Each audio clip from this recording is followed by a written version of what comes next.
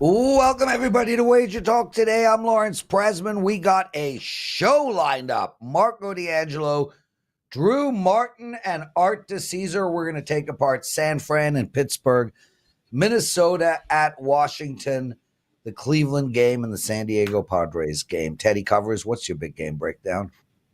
We're going to talk NBA Game 1 tonight, Pacers and Celtics. I've got a team total opinion we'll talk about before this show is through. And, of course, big game breakdown, what Bettors learned. We're going to answer a question from the chat yesterday. I thought was a really interesting topic to talk about. So we appreciate all your feedback, all the comments, all the likes, and all the follows. What do we have? More than well over 150,000 of you following Wager Talk on YouTube now. Thank you for all that. And if you have a second, just click that like button right now. We really appreciate it. Lawrence? Well said, my friend. I had a terrible night last night, 0-3 for my clients. I want to apologize. Lost Milwaukee late in the ninth inning. Miami tied it up and then couldn't get me an empty net goal, had the over in the NHL game. Not a good night for me, but I kept reminding myself it was only one night of betting. Move on, focus, and ready to go today. Marco D'Angelo. Marco, I got to tell you, man, first time in Vegas in many years without seeing you. What a pleasure. Feeling is mutual. All kidding aside, how was the Sphere? Did you everything that it's cracked up to be? Were you impressed? It was better than I expected. It was truly the greatest music experience of my life. Especially the first night when I was on mushrooms and didn't have Teddy around. The second night was interesting, to say the least. I basically just watched Teddy do this for 4 hours. I mean, you want to talk about animated, dude. That is not a word I would use to describe Teddy covers. That is for sure. Let's get into it, brother. San Francisco at Pittsburgh. How you betting this game? Yeah, guys. Last week I was on the show and I went with my hometown team and it paid off for me. But today I have no loyalty. We're going against them. We're going to take a look at San Francisco and a couple things in play here for me. You guys know enough shows that I've done. The Pirates are returning home from a road trip. First game back, you know I like to fade those teams. And that road trip was back-to-back series against division rivals. Makes it even better of a spot for me to fade them. So we start off looking to fade the Pirates, and then I look at the Giants, and they fit into one of my angles as well. As much as I like fading teams returning home, I like jumping on a road team that's starting the first game of a road trip, especially if they're on a winning streak. And the Giants have won 4 in a row as they head out onto this East Coast road trip. They got the Pirates, and then they go to New York to play the Mets next. So I'm going to look for them to keep the momentum going. Teams generally are very focused in that first road game because, A, they want to get the road trip off to a good start. And when they are on those winning streaks, they want to keep the momentum going. And they're going to send Logan Webb to the mound tonight. And all he's done in 10 starts this season is 7 of those 10 starts, he's allowed 2 runs or less. Ultra consistent pitcher for the Giants and has been for the last several years. And we look to the Pirates and they send out Martin Perez, who in his last 3 starts, which has been a grand total of 15 and a third innings, he has given up 16 runs. And his undoing has been the gopher ball. He gave up 5 home runs in his last start, 7 home runs in his last 3 starts. I can't back a guy that's given up a run an inning right now. I'm going to go ahead and I am going to look at Minnesota, or not Minnesota, I'm jumping ahead to the next game. I'm going to look at San Francisco. I'm going to take them first 5 innings because I think the bigger edge in this game is Webb versus Perez. And we'll take San Francisco first 5. Little stat for the Pirates. When they are what I call the coin flip games, minus 125 to plus 125. The last 2 seasons, they're 34 and 54. When they're at home, where you would think it would be closer to 50-50, that number drops to 17 and 32. So not good angles for the Pirates. I'll take San Francisco first 5. So San Fran is what, 8-15 on the road this year. Yeah, they've won their last 4. They're probably playing their best baseball this season right now, but they're certainly, I look at the Giants as mediocrity personified. I don't look at them as a good team. When we look at their road series they've won this year, they won a road series at Colorado. They won a road series at Miami.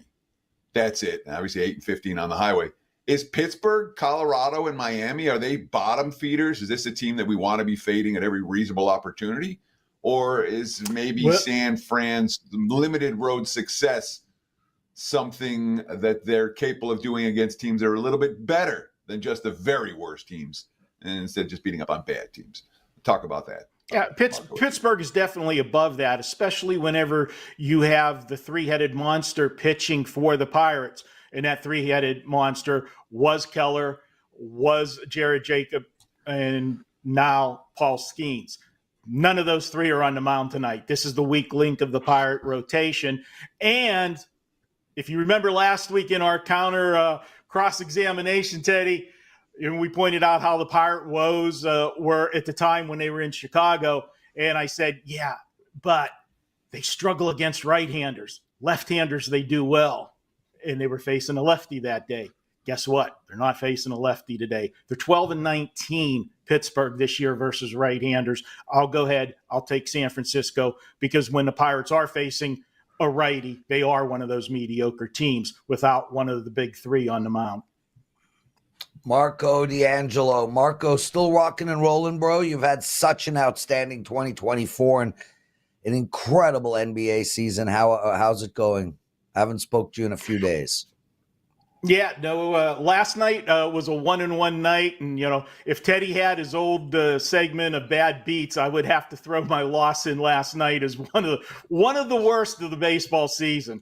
I had the Astros first 5 innings last night, minus a half a run, go to the 5th inning, up 6-1. Yep. And for some reason, the manager does not pull Framber Valdez, lets him pitch the entire 5th inning, try to get out of it, and he gives up 7 runs in the 5th inning. Not 1, not 2, but 3 home runs, and he still let him finish the inning. I just absolutely baffled me last night, but it was a 1-1 night. You'll have that. But it's been good. We got a 4% play tonight, Prez, and as you know, across the site today at WagerTalk, all plays 50% off, and it's also $2 Tuesday. Drew will be coming up a little bit later to talk about his $2 special today, but you can get every other capper on the site today 50% off. So great day to buy a play from somebody here at WagerTalk. Marco D'Angelo joining us. Marco, let's talk Minnesota and Washington. Minnesota is rocking and rolling, man. 7 straight losses. Now they're playing San Francisco, and they're taking their 7 straight losses into this game as a minus 185. How? Why? Okay. Well, they're not playing San Francisco. They're playing Washington. They're playing Washington. My bad. No problem. And they're playing Washington, who's 1-5 in their last 6 games. Yeah, there's no question Minnesota's not playing great baseball right now, but that losing streak, let's point out that prior to last night losing the first game of the series to Washington, they had played the Yankees and they had played Cleveland. Last time I looked at the standings, those are two pretty good baseball teams in the American League. So let's not totally overreact to that. And I'm looking at the matchup here. You've got Joe Ryan going for Minnesota in this game, and he has pitched well on the road this year. He's had 4 starts. He's got an ERA of 1.85 in those 4 starts. Even more impressive has been his whip, which is 0.98, just under 1 base runner per inning. Last 3 starts, strikeout to walk ratio. I love to look at that angle. 17-2 on the strikeout to walk ratio, telling me he's had full command of his pitches. Now let's flip to the other side and take a look at who's on the mound for Washington. And it's Pat Corbin. This is a guy that struggled over the last several years. Baffles me that he's still in a starting rotation for Washington, but they don't have any other options. He's got an ERA this year of 5.59, but what's even worse than that ERA is his WHIP, 1.73. You're nearly putting two guys on base every inning.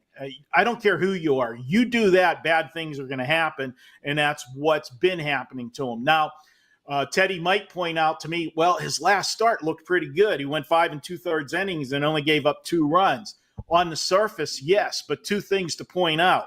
One was he was playing the White Sox, and as you pointed out, that's one of the bottom feeders in baseball, the White Sox. And the other thing, and this is the big part for me, he went into the 6th inning. He had 0 strikeouts. That's a big red flag for me looking at him and telling him that he was dancing through the raindrops through those innings, not getting anybody out by the strikeout. So I am going to go ahead and look at Minnesota, but because they have found ways to lose games, I'm not going to go the full game. I'm going to go first 5 innings in this one. And why I'm going to go first 5 innings in this one is I don't want the bullpen to be involved. I want to look at the mismatch I feel I have with Joe Ryan versus the Pat Corbin and give another angle to Ryan. This is the first time he's pitched against Washington. What do we always say? The pitcher has the advantage first time through the league when facing a team. That's an advantage for him. I'll have him outpitch Pat Corbin for the first 5. Give me Minnesota. I'll lay the half a run. That brings the price down to a reasonable number. We don't have to lay that big price on a team that's lost 7 in a row.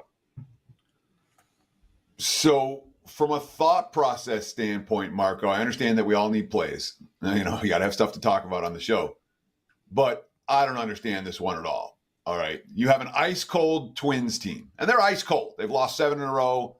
The most runs they've scored in any game during that span was 4, and they've been held to 2 or less, 5 times. They got 3 yesterday. The Nationals are a team. Brian Leonard came on before the season started, said, watch out for Washington. No one's paying any attention. All they've done is make people money this year. Washington. You talk about Corbin and Corbin's issues. Well, each of his last 3 starts, you worry about his strikeouts. He's a ground ball pitcher. He's not a strikeout pitcher. Each of his last 3 starts, good. Maybe dominant. They're 3-1 his last 4 trips to the hill. They're winning for Corbin. He's allowed, a grand total of 6 earned runs in 3 starts this month. He's been good. Washington's been winning for him. Explain how you can, the thought process of, all right, yeah, I want to lay a price or I want to lay a half run first 5 with an ice cold team against an opponent that has an overachieving pitcher and an overachieving lineup right now. I'm interested. I'm not trying to rip you. I'm interested in those because I could never get there laying $1.80 with with any price with a team that's on a 7-game skid. Yeah, well, obviously I'm not laying the $1.80. I'm going the first 5. Me and you see Pat Corbin differently. I know he gives up a lot of hits. He's dancing through the raindrops for me. If you look at all of those games that you talk about, he hasn't given up a lot of runs. He's given up a lot of hits in those games. And that's also why you see the situation between the hits and the walks with him with a high whip. And I'm going to point one other thing out on Minnesota. Yes, they're on a losing streak, but so is Washington right now. They won last night. Okay, give them the win last night. They're 1-5. They had lost 5 in a row prior to that. Granted, they did face Philadelphia in one of those series, but the other series was the White Sox. That's not good losses. But here's the stat on Minnesota. And I pointed it out at the beginning about who they played, Teddy. They played Cleveland and they played the Yankees. Both teams have good pitching, and both teams are playing well right now. Here's a stat that I know you probably didn't have. And I saved it for the rebuttal because I knew you'd come strong at me with taking a play like this. As bad as Minnesota's playing right now, when they face a team with a losing record, and whether Washington has made teams money or not because they've been a big dog all year, all they have to do is be close to 500, and that'll turn a profit when you're a big dog. they're a losing team. They have a sub 500 record. Minnesota's 12-2 this year when they face teams with losing records. So they lost last night. You can throw that in my face. Washington beat them last night, but I'm going to take them game 2 here to get it. And you know what? They don't have to win the game, Teddy. They just have to win the first 5. Marco D'Angelo. So it's half price Tuesday at WagerTalk. Is that right? Is that what's going on? It is. It is. Well, and you have what exactly going for the clients? Well, if you listened betwing the two I games, didn't listen. told I never everybody. listened to you. I never listened to you. So I'm not gonna promote myself twice. I think the mushroom's still in effect, maybe. Yeah, well, I wish. When you're on them, you never want them to end. However, as it gets closer to the end, you are excited that they're about to end. Marco D'Angelo, everyone, thanks for joining us, brother. Teddy, before we get into what did bettors learn, quick story I forgot to tell on air about my flight home on Saturday night. So Vivian and I are on the flight, obviously sitting together as couples do. And around midway through the flight, Vivian goes to the washroom. I'm sleeping at the time. So she climbs over me and ends up waking me up. I've been sleeping for an hour. She goes to the washroom, and I'm like, shit, I need to go to the washroom. There's only one washroom at the back of the plane.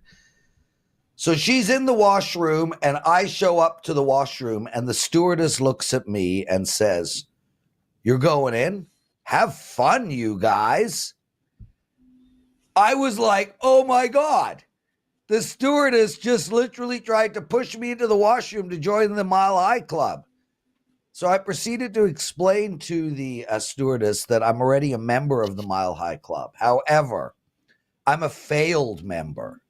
Many years ago, maybe 4 or 5 years ago, right before COVID, Vivian and I flew to Zermatt, to Switzerland. And Vivian comes running into me about 2 hours into the flight. And she's like, oh my God, they have a handicap washroom. It's huge. It's double the size. We got to go in there and join the Mile High Club. And I'm like, no, I don't want to do that. No. So then she sits down and she's sulking. Oh my God, you're all talk. Why won't you join the Mile High Club? That's terrible. Blah, blah, blah. You're such a wimp. I'm like, okay, fine, let's go. So we go into the washroom, and I was able to perform for about 3 seconds. And then I was like, yeah, this ain't working. So the overcast. Yeah, the over, yeah. So I'm a semi-member of the Mile High Club. I gave it an attempt, but I ended up ultimately failing. But I could not believe that the stewardess literally said to me, have fun, you guys. Shout out to Jesse Schul, proud member of the Mile High Club since 2000. So I am technically officially a member. Teddy, are you a member?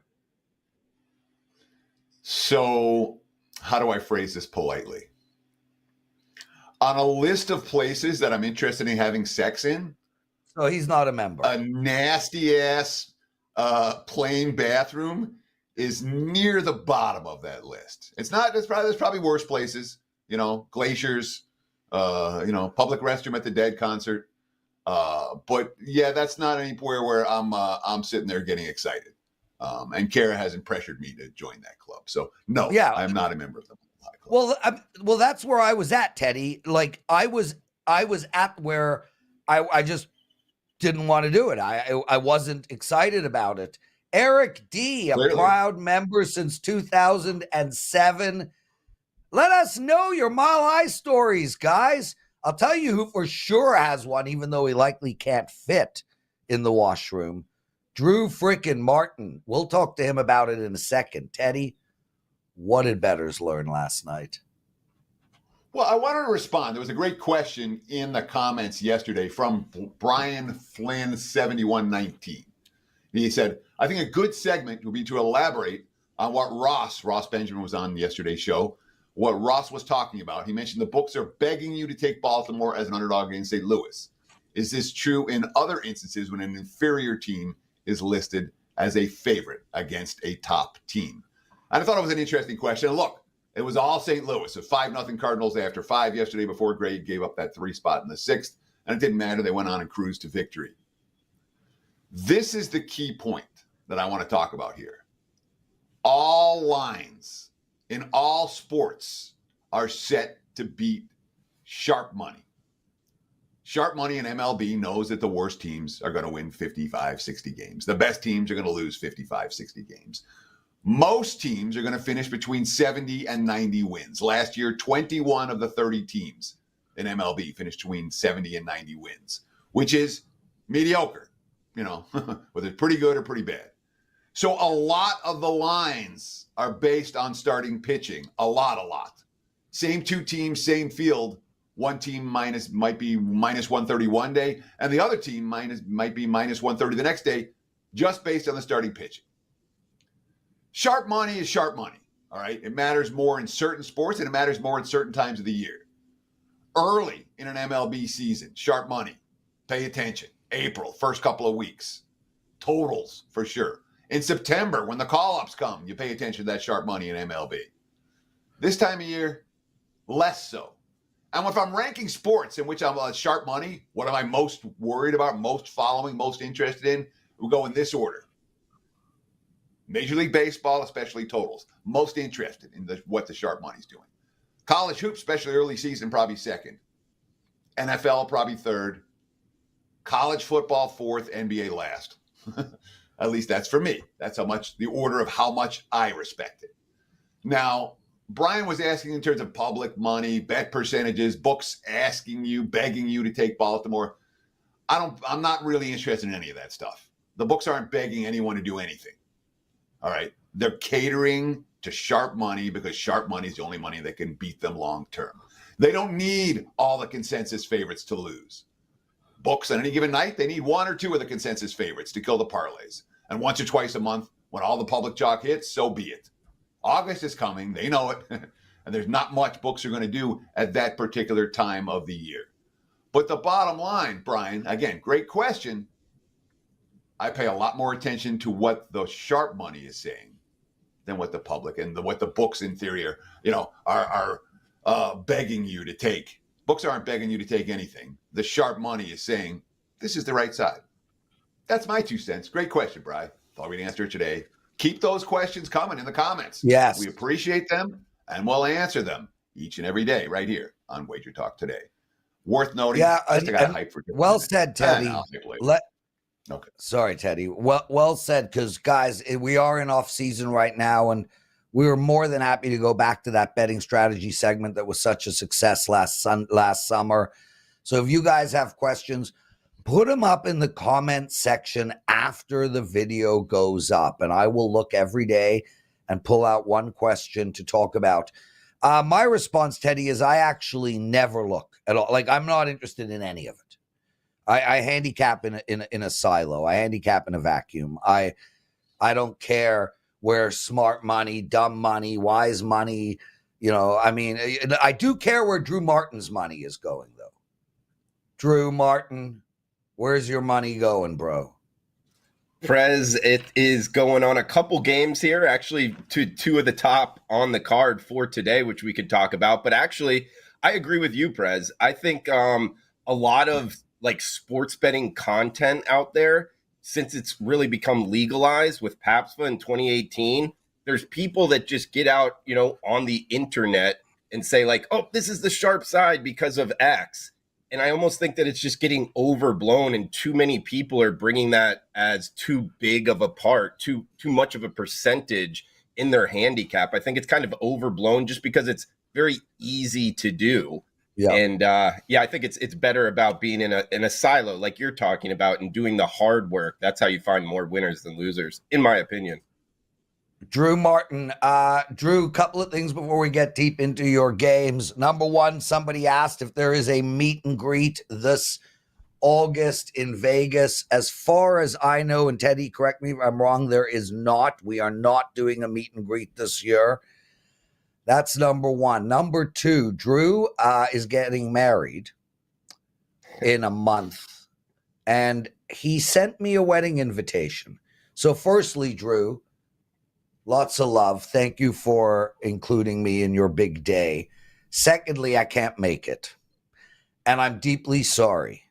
But I promise you that you will not have a bad night because I won't be there. I will have no relevance to the incredible fun that you will have. And lastly, are you in the Mile High Club?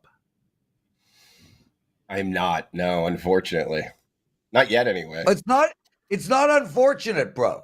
Yeah. Like, honest to God, there's nothing unfortunate about that. I mean, anybody who could actually finish in a bathroom on an airplane needs help.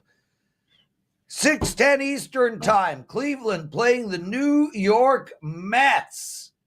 Carrasco versus Hauser. How are we betting this game? I'm on Cleveland here. I actually, unfortunately, again here in the overnights, I got on Cleveland minus 107. We've seen a huge move here, guys, and I think it's for good reason. Carrasco, yes, he has a 5 ERA, a 5 FIP on the season. Nothing sexy there, but actually he's pitching a lot better of recent. And I'm kind of a handicapper in terms of what have you done for me recently. He's been a lot better. 3 earned runs in last 3 starts. He's averaging 6 innings per start. So I think he could ride a little bit hotter of a hand of late. And he's up against Adrian Hauser here, the starter for the Metropolitans.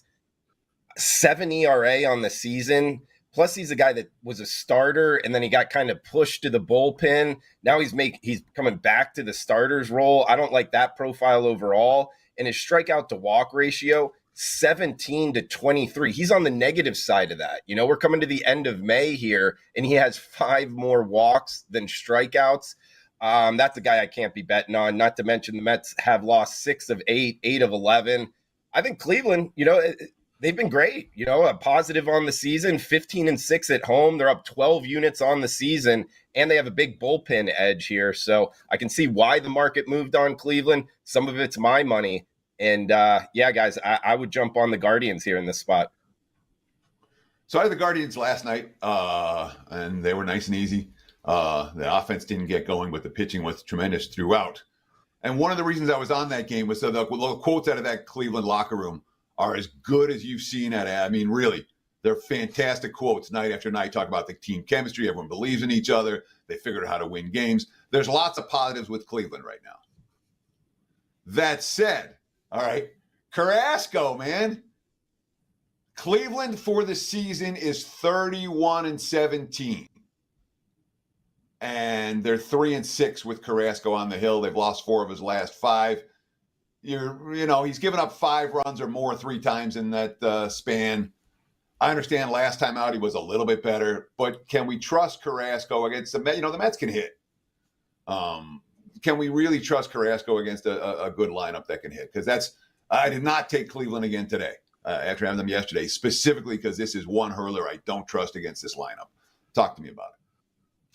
I mean, fully trust, probably not. It's called gambling for a reason, as I know you know, TC. But I mean, I don't know, no more than 3 earned runs in his last 3 starts. I guess he's giving, you know, quote unquote, somewhat semi-quality starts. And if he could kind of give us, you know, 5 innings, 2 earned, I think we're sitting pretty, particularly with Cleveland's bullpen. But no, it's a good point, you know. And hey, I think he's the better starting pitcher, you know, than Adrian Hauser. I think that guy is just rough, and we're watching the market kind of fade him. So, I mean, I guess just, you know, to make a long answer shorter, no, we can't fully trust him. Drew Martin joining us. Guys, it's $2 Tuesday over at WagerTalk. We take one of our hottest handicappers, and as you can see by Drew, hot as hell. And we make them the $2 Tuesday guy. He's got an MLB bet going, and you've really been on an outstanding run. Up 43% profit in your last 3 months. Up 15% profit in your last 3 weeks. Tell us about the play. You guys can get that on WagerTalk. Just go to the website. It'll be right smack in your face. Absolutely, Prez. Unfortunately, I lost last night, but consistent over the last 3 months, guys, up over 40% profit. The last 3 weeks have even been better, just kind of grinding away, 1, 2, 3 plays a day, just handicapping the card each and every day, going down with Drew's Daily Diamond. It's the show, new show on WagerTalk YouTube channel. Oh, thank you, Prez. Where I'm putting in a lot of work, guys, and going down the card each and every day. And then I'm just kind of picking out my 1, 2, 3 best bets, giving them out to the clients here. And there is one I really like tonight, guys. 4% big bet. They've been really good in MLB season. So it's going up tonight. It's normally $25. Today you can get it at WagerTalk for just $2. So it's a top play, big bet. I really like 4%er. Check it out, WagerTalk.com. Drew Martin. Yeah, Drew, Pure Ruckus writes, Daily Diamond is a great show. Tyler writes, I'm buying Drew's $2 play. Least I can do with those Daily Diamond videos, providing so much value. And I've watched a few, and outstanding. Listen, you were born to be in front of a microphone. So the stuff is really excellent. If there's any chance you could co-host Wager Talk Today with me on a regular basis, just let me know. Okay. San Diego Padres. They are coming off of a loss, 3-0 against Atlanta, but they did win the series 3-1. They're starting a new series tonight against Cincinnati, who can't win. Maybe if they played Washington or Minnesota right now. Minus 120 for the Padres. Where are we going in this game?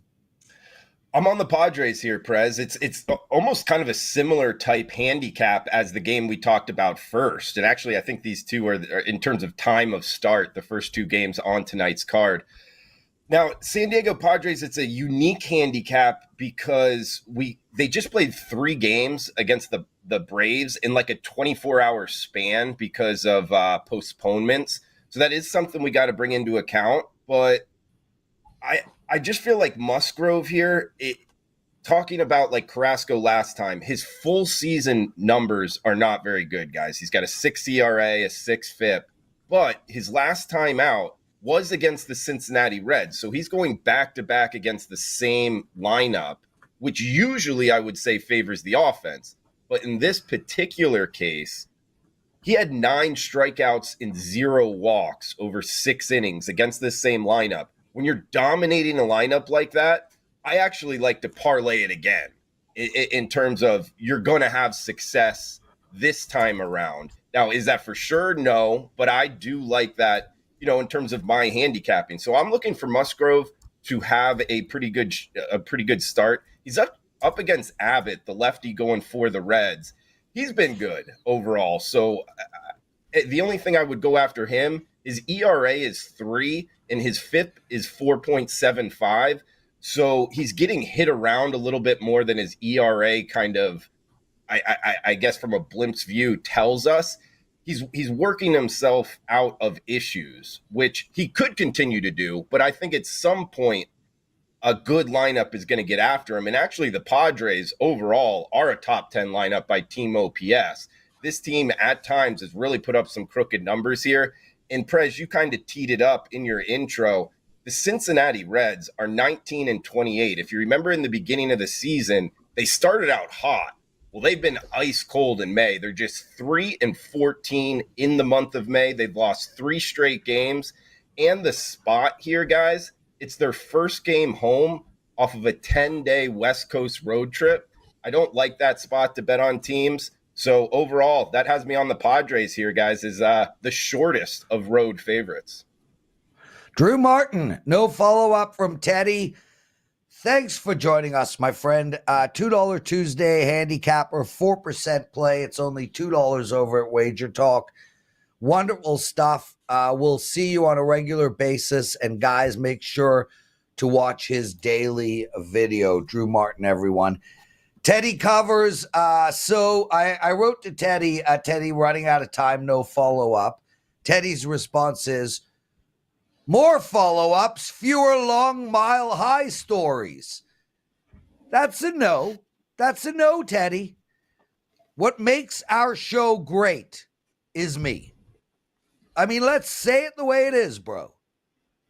I am the reason everybody logs on every single day. They know they're going to get actionable info, but inside of all that is a large, beautiful dose of the Prez. Speaking of the Prez, I got a 3% NBA play up tonight. And guys, Teddy, who is the number one NBA expert these playoffs? Would it be you, Lawrence? Why, thank you for noticing, Teddy. I am the number one NBA expert these playoffs, and I am on a 13-1 run. 13-1 run. Plus, it's half price Tuesday. So get your tuchus over to WagerTalk and buy my play. Teddy, your big game breakdown, and also tell us what you got going. I certainly will. Big game breakdown time. Let's talk Celtics and Pacers. Game 1 tonight from Boston right now. Look at the WagerTalk live odds screen. Celtics, there is some line variance. You can lay 10. You can lay 10.5.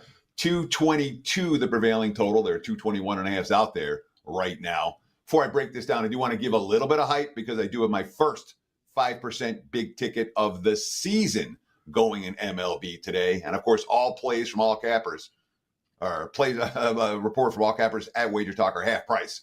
So you can get my first 5% of the season, riding a 71% 5% run long term, well over 60% since 2021 with those 5% plays. And that's the track record I'm proud of, delivering the goods with my strongest selections. You get that play right now, again, half price at WagerTalk.com. First 5% of the season.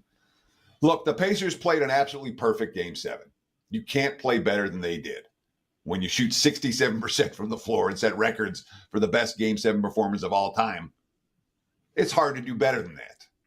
I don't think Indiana's going to be able to match that performance tonight. And I'm not willing to bet on a team coming off a record-setting Game 7 performance on short rest after a 7-game series facing a rested opponent. So it's Boston or pass for me, very, very clearly in this ballgame.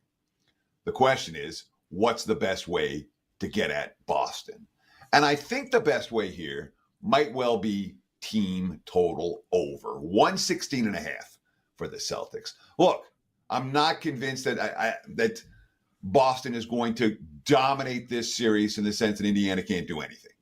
All right, the Pacers have shown they can match up against good defensive teams and bad defensive teams. When they're clicking offensively, when they're playing at their pace, it's an offense that's very difficult, even for good defenses, to solve.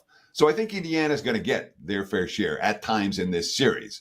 But defensively, the Pacers are going to be up against it. And they're facing a Celtics team that's really good at finding open shooters on the perimeter and draining three-point looks. Boston had little problems negotiating this defense in the regular season. They've had little problems in Game 1 of each of their first 2 series after long layoffs. Celtics team total over 116.5, I think, is the best bet for tonight. There you have it. Big game breakdown. Back to you, Mr. Prez. Teddy, BG Nick writes, Teddy, how do you refrain yourself from reaching out and virtually smacking the Prez? So my preferred methodology for Lawrence would be strangulation. I think it would be both hands as opposed to one for the smack. But yeah, I just reach in there and strangle him. Yeah, there are many times that I want to do that. But we breathe and we calm down and then we move on. Because look, Lawrence and the banter between Lawrence and I makes the show. It does. This is not a dry show. It's not a there are so many freaking boring shows out there. And the fact that Lawrence and I spend every show just pinging each other in the ear, I mean, it makes for, I think, entertaining. But yeah, there are times I got steam blowing out of my ears.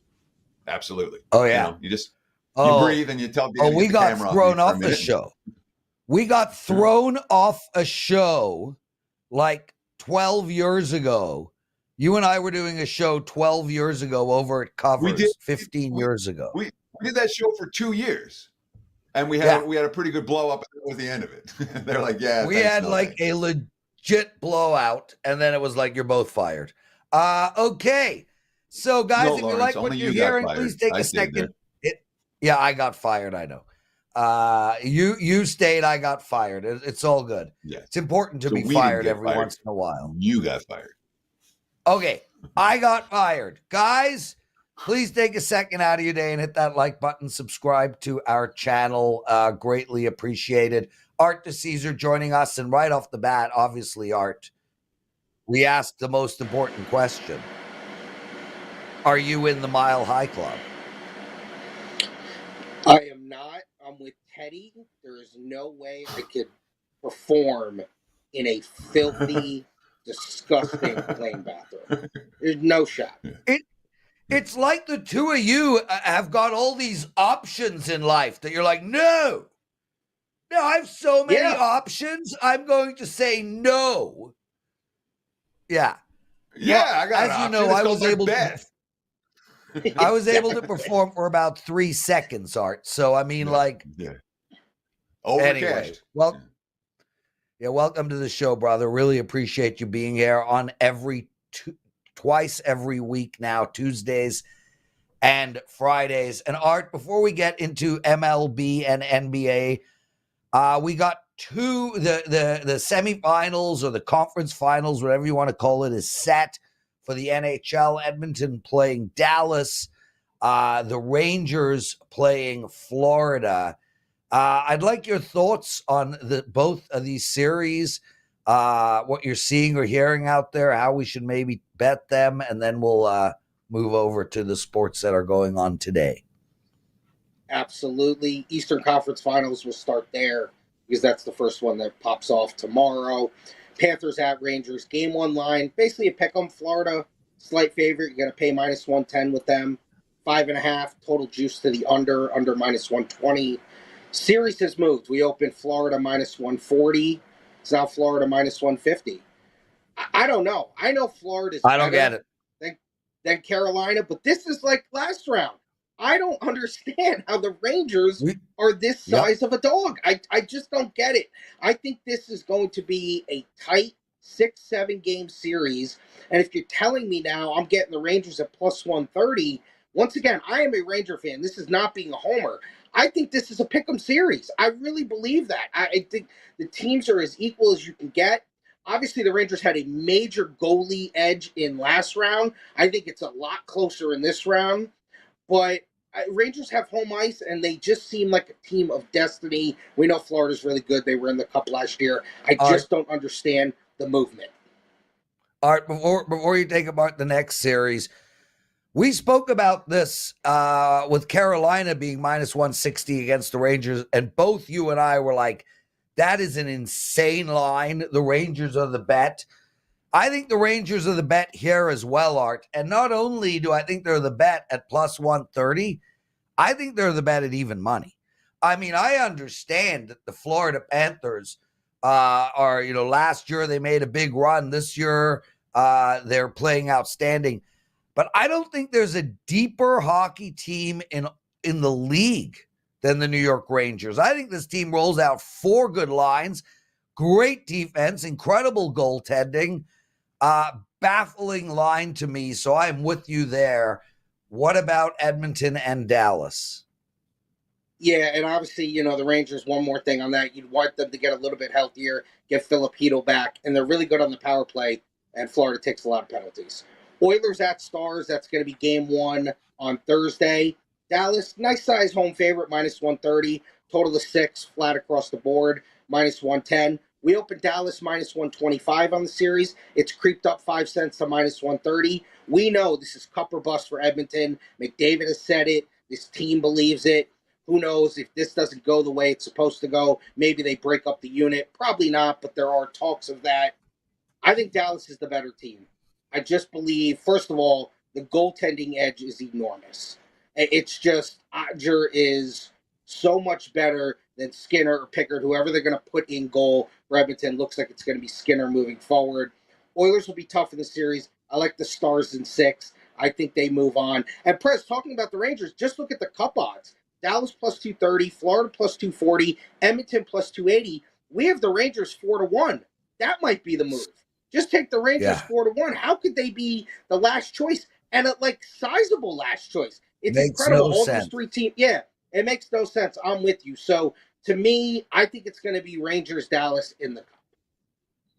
Teddy? So Art, would it make more sense to bet the Rangers series price here and then bet them series price again should they reach the finals? Would you get a better ROI on that, or would you get a better ROI taking them 4-1 right now?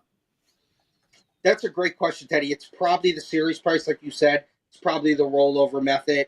I always try to explain that to people. And, there's some people who are just so, not stuck in their ways, but if they understand it better to just say, I have a Stanley Cup ticket, that do the rollover method. There's a lot of people who don't want to go with that method, even though it could be the better method. If it is Dallas and the Rangers, Dallas is probably going to be a slight favorite in that series too. Probably looking at where we are right now with Edmonton, maybe even a little bit higher, because obviously all these teams are power rated higher than the Rangers. You may be looking at Dallas minus 140 to open in the Stanley Cup final against the Rangers.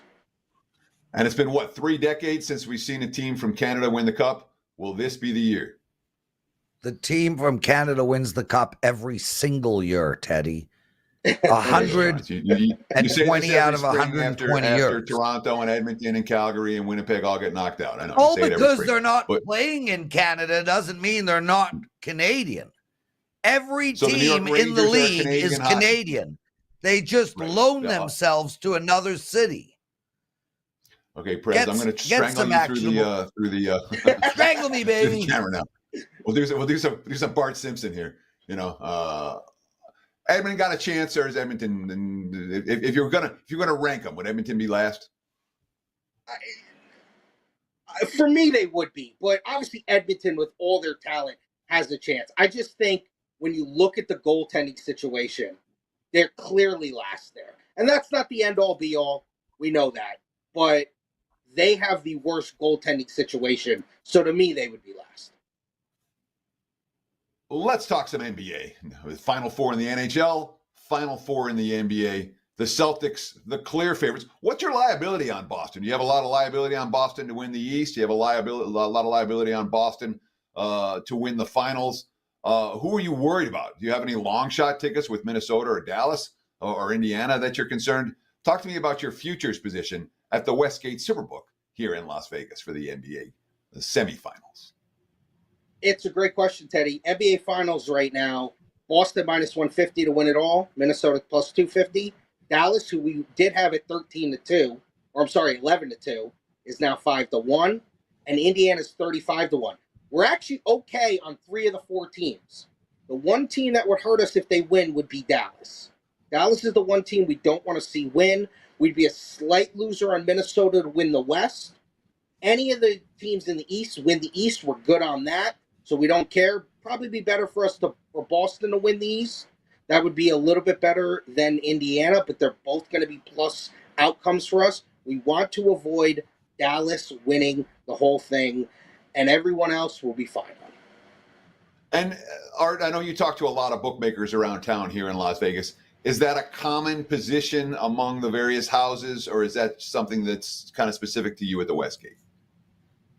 No, I think that's kind of a regular occurrence from what I've heard. I mean, Boston, it's funny. Unless you came in early in the season or even mid-season and dropped a real nice, 5-6 figure bet on Boston, there was never going to be the Boston liability was really never going to add up. It just wasn't. I mean, it feels like they've been minus money to win the East since, I don't know, mid-season. It's incredible. As they should be. Of course, and as they should be. They've had a dominant run. And listen, the Knicks as a 2 seed in the East shows you what the East has been.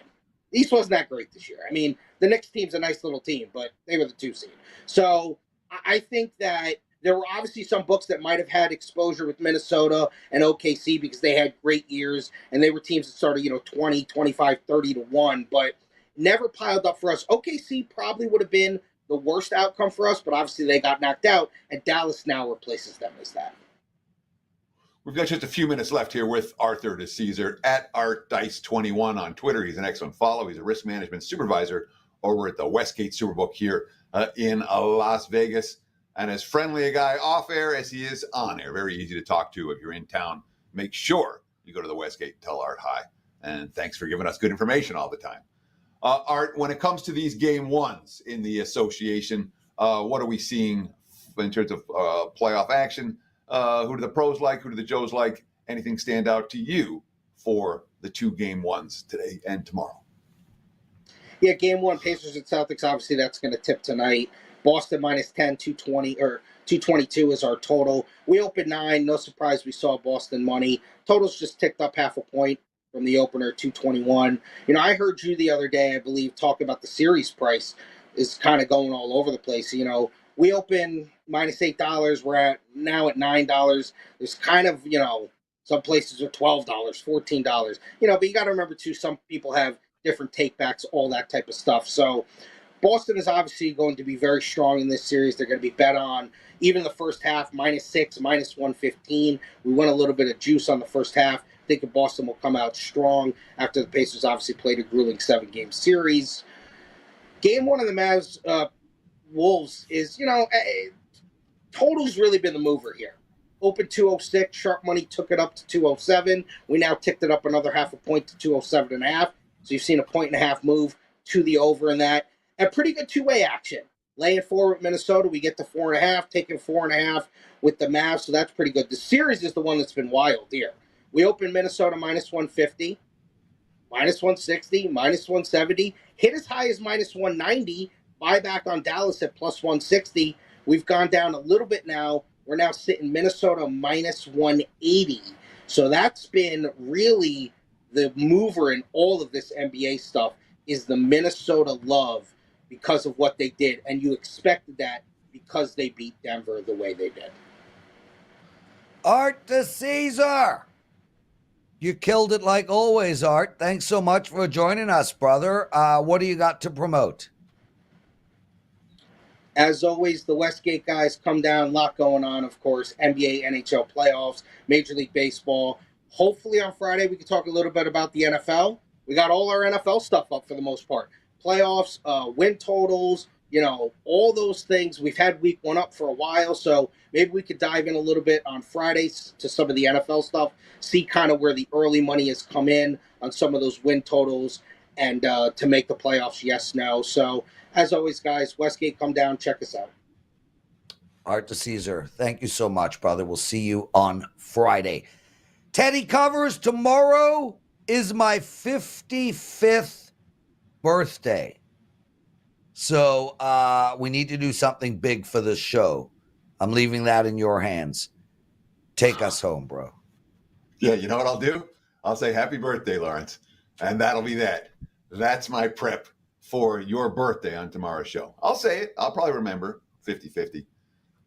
That's going to wrap it for the Tuesday edition of WagerTalk Today.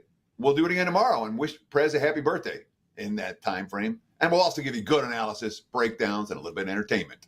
Thanks for watching WagerTalk TV, and best of luck with all your bets.